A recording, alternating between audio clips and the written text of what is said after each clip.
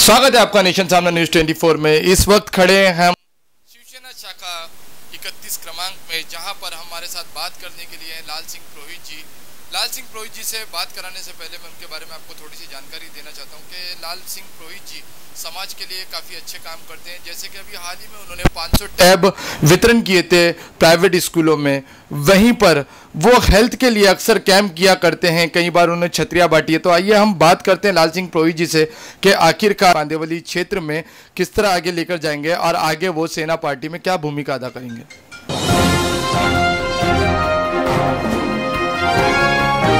स्वागत है आपका सर नेशन सामना न्यूज 24 में।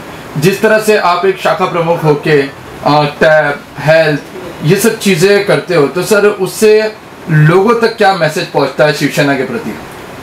ऐसा है कि शिवसेना का जो बाला साहब ठाकरे ने हमको एक मंत्र दिया है, 80% समाजकारण और 20% राजकारण, बस उसी सूत्र को आगे बढ़ाने का काम कर रहा हूँ मैं मेरे शाखा प्रमुख पद के माध्यम से।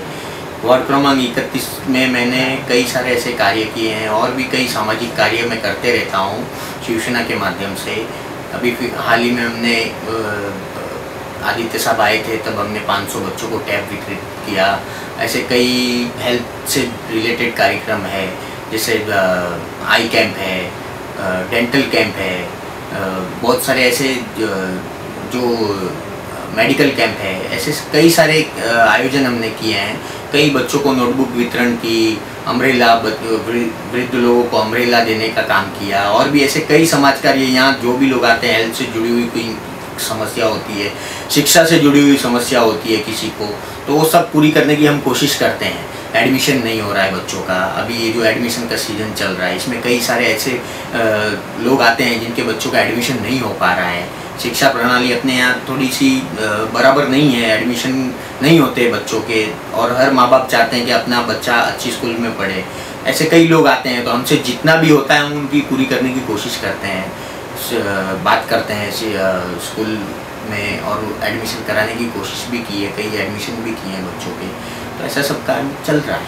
यहाँ लोग आएंगे, उनकी समस्या जो भी होगी छोटी या बड़ी, उस पर पूरी तरीके से काम करने की कोशिश करूँगा मैं।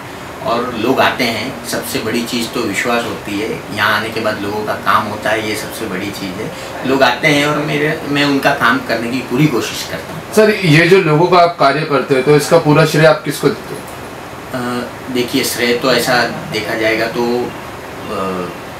भगवान को ही देना चाहिए श्रेय तो, और मेरी पार्टी को दूंगा।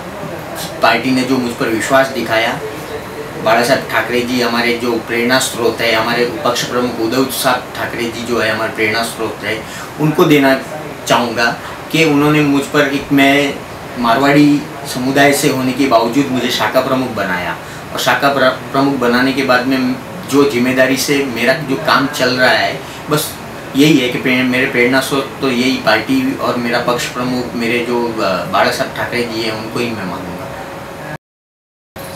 देखिए, चुनाव लड़ना तो बात की बात है, सबसे बड़ी चीज़ तो ये है कि मैं लोगों के काम करना चाहता हूँ, और ये प्लेटफॉर्म बहुत अच्छा है। एज ए शाखा प्रमुख मैं लोगों तक पहुँचता हूँ। मैंने हाल ही में एक नए कार्यालय का उद्घाटन किया था मेरे वार्ड में। वो कार्यालय मैंने बीच बाज़ार में इसलिए किया कि लोग मुझ तक पहुँचे, इसलिए मैंने किया। मेरे पास एक शाखा तो है ही है, शाखा के माध्यम से मैं लोगों का काम करता ही हूँ, बट मैंने एक उप शाखा भी खोली ताकि लोग ज़्यादा से ज़्यादा मेरे तक पहुँचे।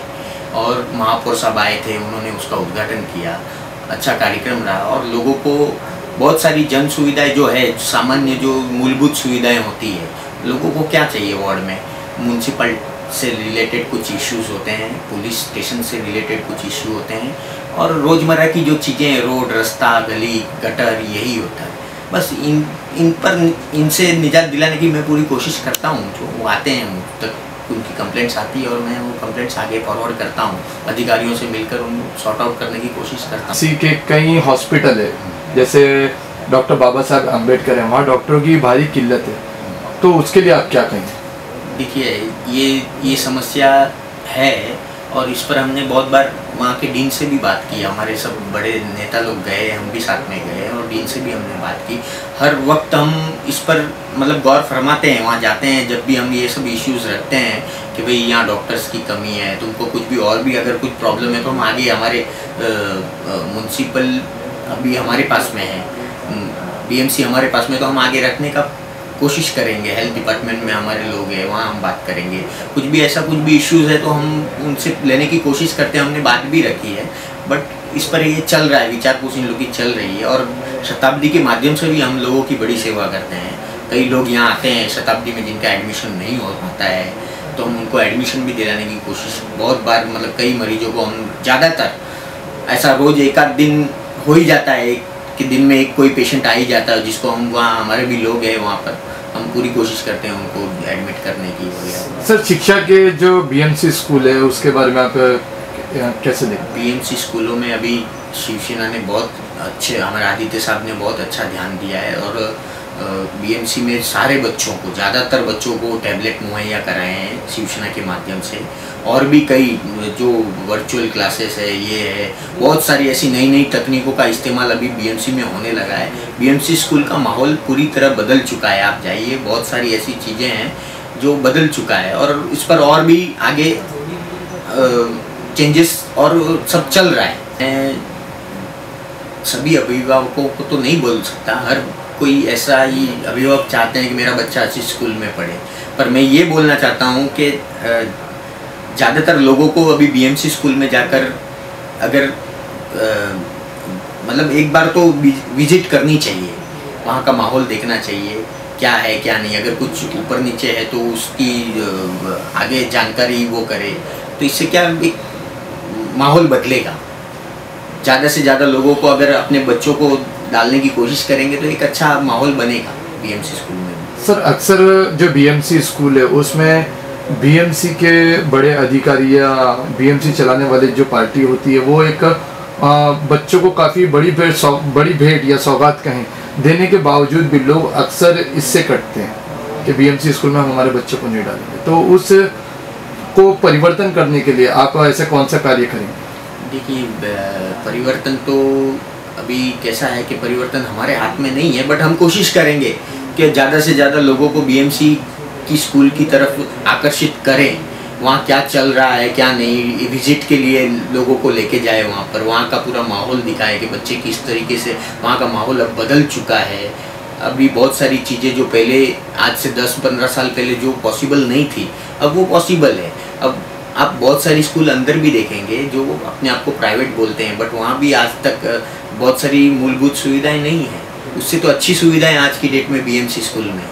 आप मतलब अगर अभिभावक एक बार विजिट करेंगे तो उनको वहाँ का फ़र्क पता चलेगा कि बड़ी बड़ी क्लासरूम्स है, अच्छे बेंच है, पीने का शुद्ध पानी है, वहाँ भी आरओ लगे हुए हैं, सब कुछ एकदम फिल्टर पानी मिल रहा है, सब कुछ अच्छा हो रहा है, मतलब माहौल अच्छा है।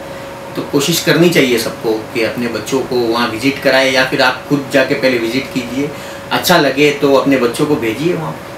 अखबारों के माध्यम से और टीवी चैनल के माध्यम से मैं रोज़ सुन रहा हूँ कि कई किसान आत्महत्या कर रहे हैं। तो इसकी हमारे पक्ष को, हमारी पार्टी को, हमारे आदित्य साहब को भी बहुत पीड़ा है, इस खंत है इस चीज़ का। मैं यही चाहूँगा कि अच्छी बरसात हो, किसानों को फ़ायदा हो, और ये रमज़ान का पवित्र महीना है, इसमें मैं यही दुआ करूँगा कि किसानों को ज़्यादा से ज़्यादा फ़ायदा पहुँचे, अच्छी बरसात हो और सब कुछ अच्छा हो। हमारे साथ लाल सिंह प्रोहित जी, जो कि शाखा प्रमुख है वार्ड क्रमांक 31 के, इन्होंने इस पवित्र महीने रमज़ान में दुआ मांगी है कि किसानों को अच्छी बरसात मिले।